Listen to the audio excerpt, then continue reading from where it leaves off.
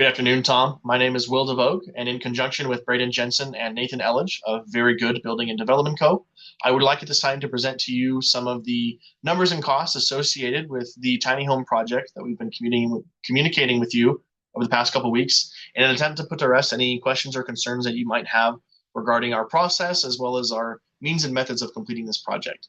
Some of the things that I would like to talk to you about today are going to be the proposed design and scope of work, as well as the estimate and the guaranteed maximum price summary, or the GMP summary, which is going to be a financial breakdown of the cost of this project, as well as some of the inclusions and exclusions associated with this project, which are significant because they decrease or increase the overall cost of the project according to how they affect a certain aspect of it.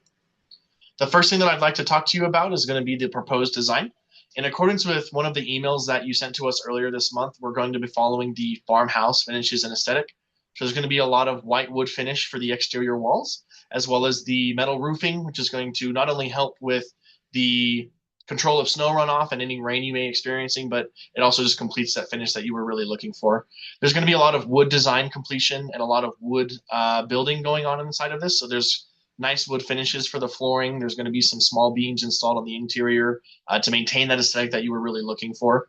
In addition to this, within the loft, we've also included a cutout in the wall just behind the headboard. The purpose of this is to decrease the chance of hot air staying caught up into the top layers, which during the summer could cause some discomfort when trying to rest. However, we've also included the heating unit towards the higher section of the building. And what this will allow is then during the winter, when you do need it to be warmer, you're going to have your heating and cooling system at head level while you're trying to sleep, which will help you monitor that a little bit better and maintain a more comfortable sleep schedule. In terms of the estimate, so the guaranteed maximum price is going to be a little bit over $135,000, which is, of course, roughly a $467 square foot cost per square foot. The reason these costs have all been calculated and made based off of previous experience that we have making other homes and projects for other people. And then some of the pricing has also been included based off of takeoffs that we've made overall after reviewing some of the floor plans. So everything has been calculated very carefully, and the 135K figure is going to be very concrete, very absolute, and it won't be very much higher than that. So the inclusions and exclusions, which are a significant portion of this project, inclusions, of course, is going to be all the structural work and the actual building itself. So any plumbing, any utilities, anything that's going to be required for it to become a living structure, that's going to be completed for you, and it is included within that GMP that I listed before. The only exclusions that we're going to be leaving out is because this is a trailer home, we don't feel that there's really any need for landscaping because you're going to be moving to and from.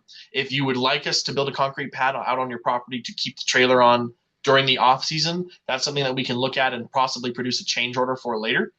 We also are not going to be including any off-grid systems. This includes solar or anything that would allow you to really have a more permanent residence if you were to move somewhere else, simply because we don't know the weather and conditions of where you might be staying, and that produces challenges in terms of the quality and the ability we have to produce power under those circumstances, and so we've opted to leave these out. And then also furnishings and that sort of thing. For example, in the picture, there's the bedding. We don't know what kind of bedding you like, and it's going to be your home, and so any furniture such as the chairs or the bed or things like that, we leave that up to you because that allows you to really personalize this project and really make it your tiny home and not our tiny home. One of the other things I want to talk to you is the schedule. So our total duration will be approximately 2 months, following a pretty simple and basic schedule. The first week or two is going to be a lot of the site prep, floor framing and utilities. So this is going to be really just the bulk of giving us a rough sketch of what the building is going to look like. And then weeks 3 through 5, that's going to be more kind of finishing the outside, doing the framing, the roofing, and the siding is shown here. And then weeks 6 to 8, that's going to be doing the flooring, finishing up the tile in the bathroom, things like that. Some of our key milestones to point out is going to be the dry-in by week 3, inspections by week 7, because we're trying to get you moved in and have it completely finished by week 8.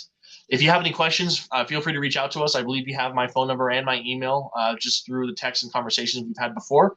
Any questions or comments you had can be directed straight toward me. You can call me whenever you like. I'd be happy to answer all of them. Thank you for giving us your time.